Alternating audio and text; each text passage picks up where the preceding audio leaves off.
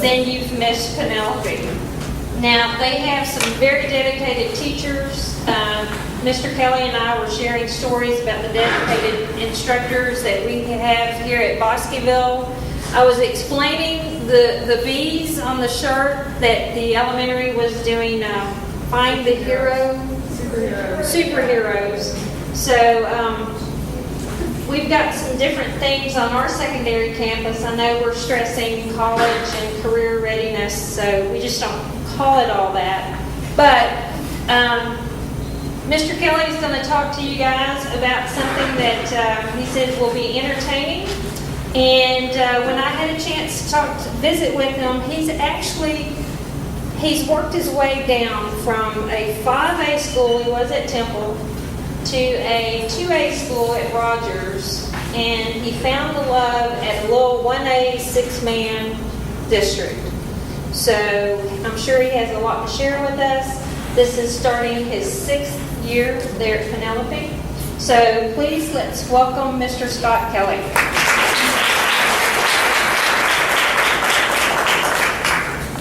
I've never used one of these. I don't know if I need to yell into it or you tell me when it gets annoying. Can you hear that? Is it doing anything? How about it work? Watch. How about now? All right. Let me put this over here. I am Scott Kelly. I am the superintendent in Penelope, like she said. And I'm going to tell you a little bit about myself today. And hopefully, when you leave here, you've got a new perspective. Is that okay in the back? Everybody can hear me? I've got this fancy thing here. If it quits, I'm leaving. Kind of rough for me. You guys are all sitting there serious. And I feel like I'm at some kind of giant nerd intervention. And it's going to be like, we just want you to give up the sweater vest. What's next? Bow ties. It won't be that bad. All right, about me. I graduated high school in 1984 from Duluth Central, Minnesota. I married my first wife, a girl from Harlingen. If you know where Harlingen is, that makes up for being a Yankee because that's about as close to Mexico as you can get. Still married to my first wife. It's been 23 years in a row now to the same person. We have one kid, and he's a 15-year-old nerd. His name is Shane. How big a nerd? At 7 years old, we were parked in the Chick-fil-A drive-thru, and I'd ordered. We're waiting our turn. My kid is in the backseat on his laptop because all 7-year-olds have a laptop with them everywhere they go. And he's like, "Hey, watch this." I get up there, and the girl comes to the window, as nice as she can be. She says, "Oh, sorry, our computer shut down. It's going to be a few minutes before we can get your order." And it is. It's a few minutes. And finally, she brings it. She goes, "Here you go." And we're driving off, and he just, he goes, "I did a remote shutdown of their computer system. Who uses admin as their password?" And I'm like, "Are you kidding me? Don't you ever do anything like that again before I get my order." I graduated from the University of Mary Hardin-Baylor with a degree in elementary education. I did not teach high school. I was not a coach. Never been much of an athlete. I ran when the other kids chased me, but that was kind of the extent of that. I stayed at Mary Hardin-Baylor and got my master's in administration and went on from there to get my certification from Tarleton. And I've spent most of my adult life in education, one way or the other. I taught elementary school. I taught 3rd, 4th, and 5th grade. My home was 5th grade. Absolutely loved teaching. I am not one of the guys that got out of teaching because I was tired or burned out. And at some point, I'll be able to retire and go right back into the classroom. Or, if they decide to pay teachers a relatively similar salary to what I make, I will be back there tomorrow. I was a middle school principal in Temple for 3 years. I call that my tour of duty. And I went back to elementary in Temple at the same school that I had taught at. Went from there to Rogers for 5 years, another elementary principal, and I've been in Penelope for 6 years. And I'm telling you, I've been happy everywhere I've been, but I'm truly in a great place. It's a small district like this. We've got 180 kids, pre-K through 12. We can boast that most of our classes have less than 15 kids in them. So it really is truly, I've got an unbelievably supportive community and school board, I wouldn't trade it for anything. This ought to make you smile. I'll explain the graphic here in just a minute. What you're supposed to do is to leave no kid behind, right? I mean, that's your job because they said it's your job. They've got laws in place that tell you this is your job. Thank goodness, right? Because without it, where would we be? We would have no idea that we're not supposed to leave some of them behind. Here is my problem with all of this. And if you go to different states, they will have different names for all these standardized tests. Everybody's underneath Nickleby. Here's my big problem with this. The people that wrote these things don't have their kids in public school. They don't have their grandkids in public school. And they have no idea what you're doing. Am I done? I heard my alarm go off. Sorry, so y'all have lunch. I shouldn't say that too loud. There's probably coaches in here halfway out the door. I heard and now with testing the way it is, do you have any idea how many days a district spends testing? If you count the days that the tests come in, and you've got some coordinator putting that stuff together, and the days that you have to spend giving the test, and the days that you spend sending these things back, it's like 123 days a year. That's ridiculous. And I spent a period of time, I was the president of TEPSA, the Texas Elementary Principal Supervisors Association for this region. And one of the other principals said, you know what? We spend so much time weighing the pig, we don't have time to feed it. And I was like, that's the best analogy ever. Because it's what we're doing. We test and we test and we test to the point that it's no longer valuable to us. And I always go back to the people that write this stuff. They don't know you. They don't know your kids. They don't have any idea what it is you're supposed to do. All right, here's the one thing I need you to do today. For this to be successful for you, a lot of times when you sit through these things, everybody in here knows what the right answer is. Should any child be left behind? The answer is no. We all know that. Will any child be left behind? At the beginning, oh, no. Never happen. But I need you to let go of that. I'm not going to embarrass you. I'm not going to call you out. That's not the goal. But that's the one thing you have to do for me to do. You have to do for me today for this to be successful for you. I've got two things. One is I'm going to try and make you laugh. I'm going to share some stories that aren't necessarily funny, but you're like, I can picture that. That kind of stuff happens. People that sit on top of a hill writing law somewhere have no idea that this kind of stuff actually happens and what it does to the rest of your day when you're trying to teach. And I'm also we're going to make up a kid. And we're going to make up a kid that either they can't believe exists or if they think it's so rare that it would never be in your classroom. And I'm thinking one day, this kid's going to be in your class. And so I'm going to flip-flop back and forth and you just have to hang on tight. All right, I'm going to call this one the child left behind. And just for sake of argument, we'll put them in a middle grade, 5th, 6th grade, and we will make up lots of facts. A lot of this stuff you won't know about a kid when they show up in your class, but you find it out later on. All right. The kid's dad's in prison, or better yet, let's have him a prison escapee. All right? And let's make his dad an alcoholic. One is it makes it easier for you to deal with him, right? On a daily basis. It makes it easier for the kid to get his homework done when he's at home. So far, can a kid like that exist? Or is that too far out there already? All right. Good probability, even in Bosqueville, a little district like this kid's going to be in your class Monday morning. We're going to talk more and more about him as we go along. If the clicker quits, I'm done. I'm telling him. He shows up in October, 3rd school this year alone, and you get nothing. You don't get any educational records because the parents don't give you that stuff. All right, so far, still reasonable? Still a reasonable expectation that kid will be there?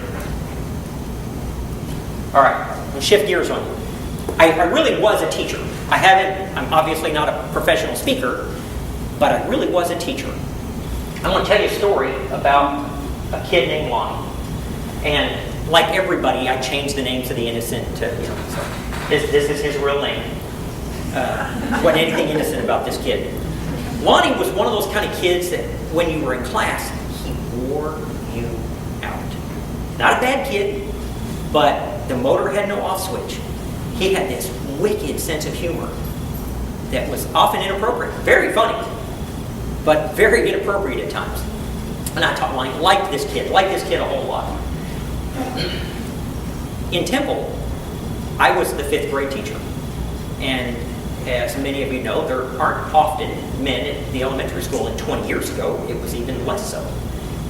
As the only man teaching elementary school at that point, I'm the one who got to show the film every year. Human Growth and Development, anybody familiar with what I'm talking about? The film is how the kids referred to it when I was there. On one particular day, we're going to watch the film. The kids have all had their permission slip signed. They're all shaking in their boots, scared and excited. Well, Temple, because they're wise, we had their graduation scheduled the same day. Temple's a lot bigger than Bosqueville. It's a lot bigger than Penelope. They had Texas's candidate for Miss Teen USA speaking. That's awesome. Awesome. Except it's on the same day as the film. And I'm in class, and I can tell, if you've had this kid in your class, if you've had Lonnie, oh man, his hand is up. He has a question. And I know better. I know better than to call him, but I call him. Lonnie, do you have a question? He goes, I do. He goes, are we watching the film today? I was like, yes, Lonnie, we are. And I try to move on. His hand is back up so quick. And at this point, the other kids, they want to hear what he's got to say. He's like, is Miss Teen USA going to be here today too? And I was like, yep. And now I can tell this is the punchline. Here it comes. He's like, Mr. Kelly, is there going to be a hands-on demonstration? Lonnie sent me an email 3 days ago and had some things that I would love to share with you, but I know I won't make it through. The bottom line is he's told me he was totally lost in the 5th grade, and that 5th grade helped a lot. And I can't say more than that, or I won't be a good speaker at all. This kid who was lost, this wicked sense of humor, the one who wore teachers out, went on to become a pilot and has served our country for a good number of years. Great kid, great human being. Not all kids that come in lost have the same type of experiences. Some of the kids we get, and you're going to have this kid too, everything goes right for them. You have these kids that show up, and this story here is about this little girl that she was pretty, she was smart, she had supportive parents, they never struggled for anything. But she was so likable that if you were watching a movie about her, as much as you would want to just hate somebody, you would have to root for her. She was one of those kids. She was organized. She's the kid, I don't know how better to explain it. On my desk, the stuff was just there wherever it was. And one day she's like, Mr. Kelly, she goes, we got to fix your desk. She goes, I can't take that anymore. And she organized my desk for me. Great kid. Anybody familiar with the story Island of the Blue Dolphins? Story about this little girl that gets left on an island for either 16 or 18 years. And it's a true story. By herself. She's originally there with her little brother. Her brother's killed by a wolf. And as the story turns, the girl befriends the wolf. And throughout the story, they get closer and closer. It's her only friend is this wolf. And at one point, it's truly a page turner. You turn the page, the wolf dies. I mean, you're not ready for it. There's no preparation. The dog hasn't been sick forever. You turn the page, dog's dead. And we were reading popcorn style. And what that is this kid calls on the next kid, calls on the next kid to read. I have no control over who's reading. We're reading the book that morning. And they call on Mary Beth, which is also her real name. And she's reading, she turns the page, the dog dies. Lots of 5th graders cry at this point. No. She comes undone. Completely. She falls apart. She falls apart to the point that I'm really glad that it's time for PE, because she is worn out. I get the kids out of there. I finally get her calmed down enough. And you want to talk about the day that I probably felt like the worst educator ever. And I get her calmed down. Mary Beth, what's wrong? She goes, my dog died this morning. Worst teacher ever. Worst day of her life. And then I made her read it out loud to the class. If I wrote that in a book, you would never believe that. Mary Beth sent me a note. She is now a teacher in Temple.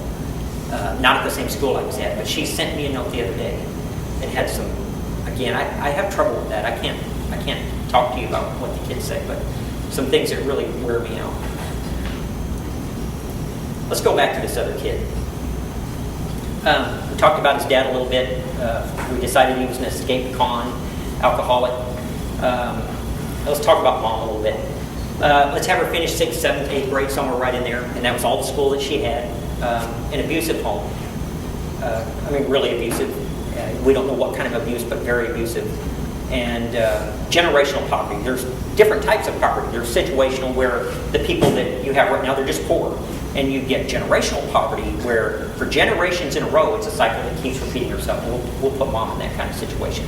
So what we've got for this child that's going to show up Monday morning is a dad with lots of red flags and a mom with lots of red flags get together and they produce a kid with lots of red flags. All right, so far, everybody in agreement this kid could still exist?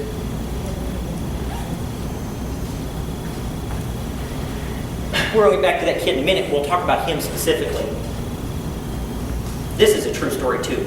And you know it's good when it starts out giant alligator hunter. What this story is about are misconceptions that we have about our kids, but also about our parents.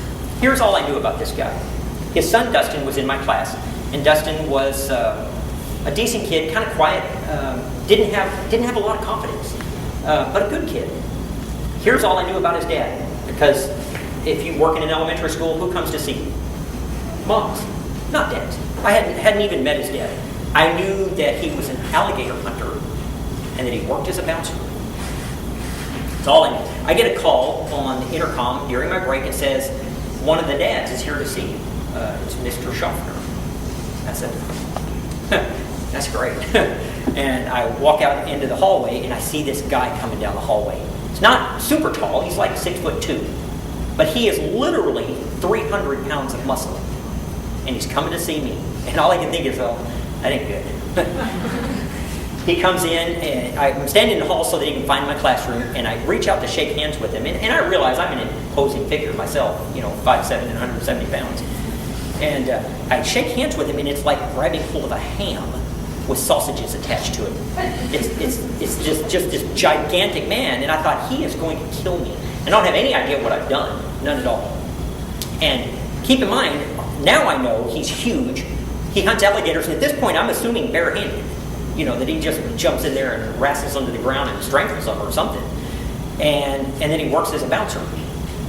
This huge man comes in, he sits down, says he needs to talk to me, and I'm really thinking, I should have probably had this conference in the office with some backup, somebody to hold my hand in case I cry.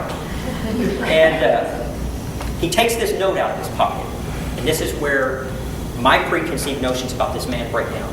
And he wells up with tears, and it's a note from his son that the other kids are bullying him, and that he doesn't want to live anymore. Now, if you're a parent, you can picture what this does to you. But he doesn't want to miss class. Wow, no pressure, right? The dad was coming to see me to find out what to do for this kid.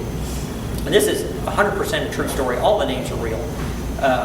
I wasn't aware that this kid was having those kind of issues. I just had no idea. And we got him through it. I kept my eye on him. I made sure, because like all of you, if I know something's going on and people are working with me, I can get that stopped. And the kid did well. He did okay. He survived. Dustin went on to be 3 tours in Iraq. He's a Marine, highly decorated, terrific person. One of those kids, what if I had missed? What if I didn't pay attention?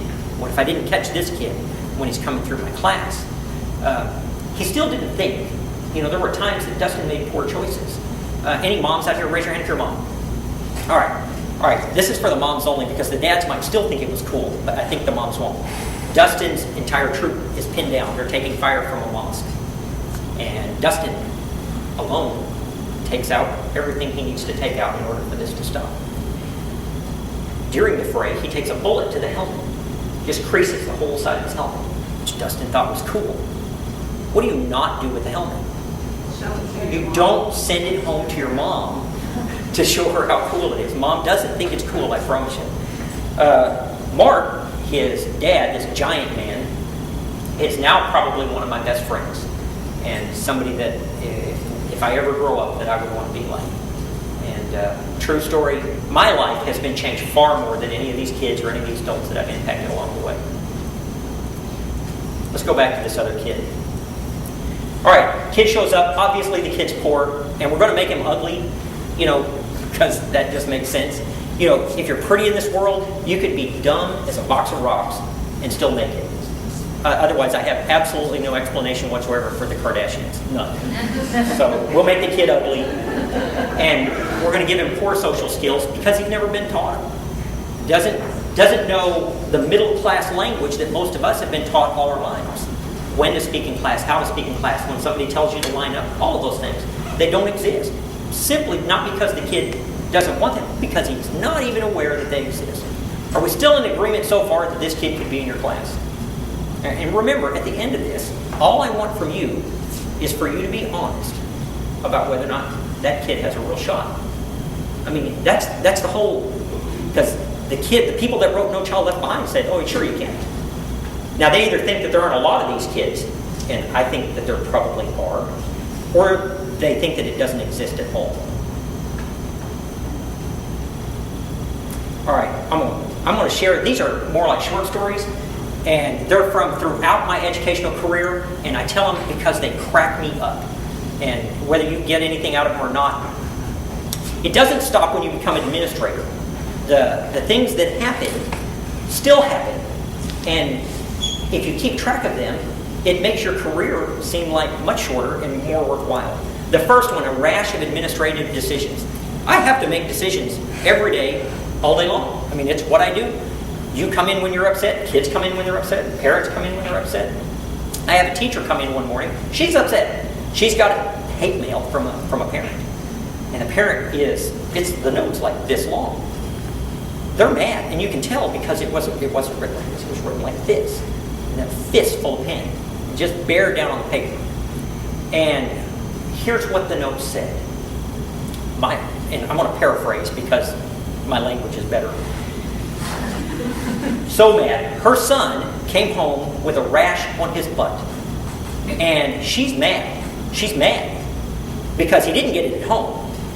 He got that at school. And she wants Mrs. Gilmore or me to check the other butts in class and to find out where this came from so that she can talk to their parents. That's kind of the end of the story.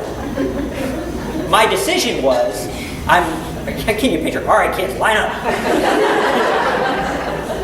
I'm not doing that. We didn't check butts that day, and I just kind of pretended like we didn't have the note. The cattle drive, in Temple, I dealt with a lot of very, very serious issues. The campuses had anywhere from 500 to 900 kids on a middle school campus, and I dealt with a lot of stuff. Everything. All the very, very serious stuff. In Penelope, it's different. The biggest problem I had a couple of years ago was we had a heifer get loose in front of the high school. And this is a small town. Not as small as Penelope. Here's how small Penelope is. The heifer's out there, scared one of the teachers. Miss Quern fell down on her bottom. I didn't check her butt for a rash, but she fell down. And the kids are like, oh, that's Johnny Marino's cow. My town is small enough that we recognize the cow. They show up on that. So I went and got Johnny out of physics class, first period, and told him to take his cow home. Have you done that yet? Close. It'll be soon. Hair loss. I'm going to back way up. I'm going on this hair loss one. This isn't even funny, but she thought it was. I'm going all the way back to my student teaching days, and I student taught 3rd grade. And we had done this unit on planetary bodies, and I was letting the kids use clay and things like that when it was done. And this little girl named Crystal calls me over, and she goes, oh, look, she goes, I made, she erases the hair, and she goes, I made you. She made this little figurine, and she realized when she got over there that I don't have as much hair as what was on her, and she took her thumb, licked it back, slicked the hair off, and said, look, I've made you. All right. Next Monday morning. Let's make it a little worse. You're only going to have this kid for a few weeks, maybe a few months, because they come and go. So you really don't have any time.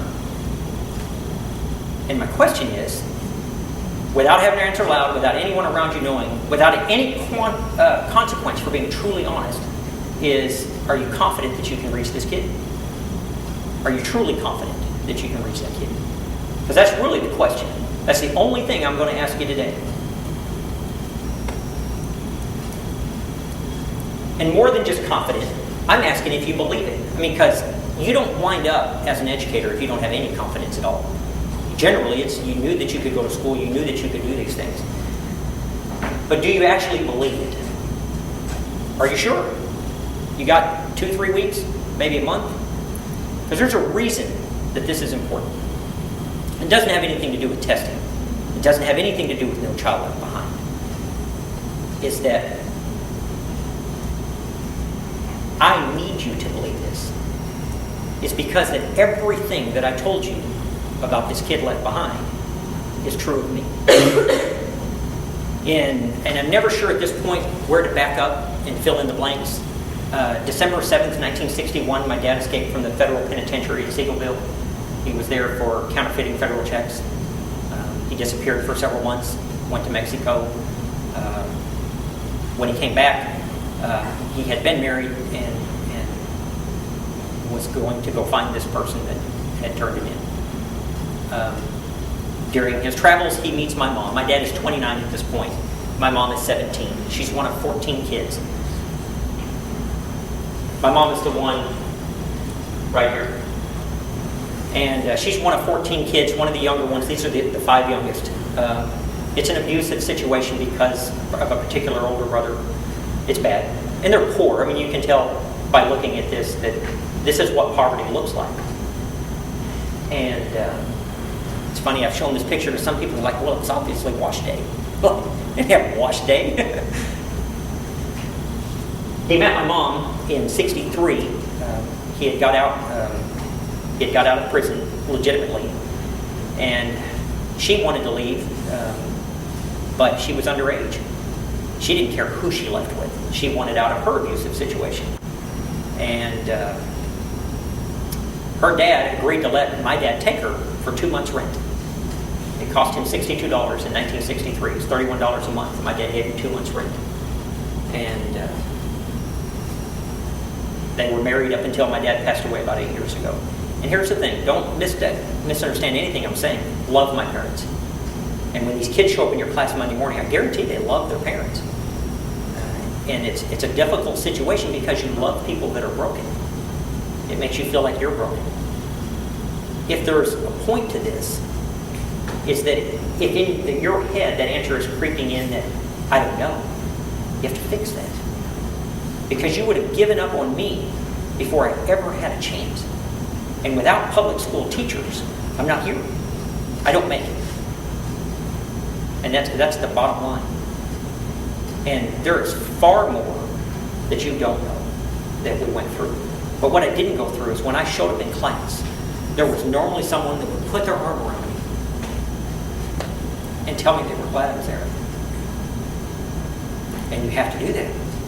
And Nickelby, all that other kind of stuff, those things will fix themselves when we can find these kids and make them believe about where they're heading and what they've got. If you don't do it, if you don't believe in me, how can I? I don't have a framework for that at home. I don't have anything to stand on that tells me it's going to be okay. And if you don't tell me that, it doesn't happen. I'm of the belief that public school teachers do this better than anybody else in the world. Better than anybody else in the world. You're in a different world than the teachers that taught me because you're having to meet lots of regulations, guidelines, and things written by people that never met me and have no idea what it's like just for me to show up in your school knowing I'm going to get picked on every day. Every day. Until I figured out how to get that stopped. Teachers aren't magic. But now you're trying to do it and you've got somebody that'll put in the paper that you didn't do a good job because so many people didn't pass the test. I don't have any clue whether or not I passed those tests when I was a kid. I know they had the California Achievement Test. I don't know if I passed it or not. It wasn't important to me. But I know whether or not my teachers cared about me because I wouldn't be here today if it wasn't. If that wasn't the case. You have a tremendous charge in front of you. And I'm telling you, it doesn't matter whether the kids are black or white or poor. I'm going to walk in your class Monday morning, and I need to know that it's going to be okay. I need to know that even if I'm only with you for a few weeks, I have no clue how many elementary schools I went to. I don't know. I don't know which teachers to go back and try and find and thank for putting their arm around me and telling me it was going to be all right. And it wasn't just elementary. I owe a world to some of those teachers in high school that did the same thing. What you're doing is important, and not because of your test scores. Those things are important because other people are going to judge you by that. I mentioned earlier that I've had some notes from kids recently. I'm one of those people, I thank God for Facebook. I've had so many kids come back and tell me that I made a difference. Can you imagine that? Me. So remember that when you go into that classroom Monday morning. There are things you have to do because the law says this is how you're going to get it done. But don't forget that in front of you, you've got kids. And some of them you can tell they're broken. Some of them you can't tell. You don't know when they need you and when they don't need you. What you do know is that they need you. And that will always be more important than these other things that are going on. 30 years from now, your name's going to come up around a supper table, around a breakfast table. What will that kid say about you? That's what matters. Did you make a difference? Was it a positive difference? Are they part of who they are because of the differences that you made in their life? I have so many stories that can make you laugh, that can make you cry. And I don't think there's ever been anybody born more blessed than me because I spent most of my life with public school teachers, either as a student or a teacher myself. And I think that what you do is far more valuable than anything that'll ever show up on a check, far more valuable than any type of recognition you're going to get from the state. You have a unique opportunity to change somebody's life. Not in the future, right now. And it doesn't matter whether you have them for a day or you have them for their whole educational career. Remember why you're there. Thank you guys for letting me be here. I appreciate it very much.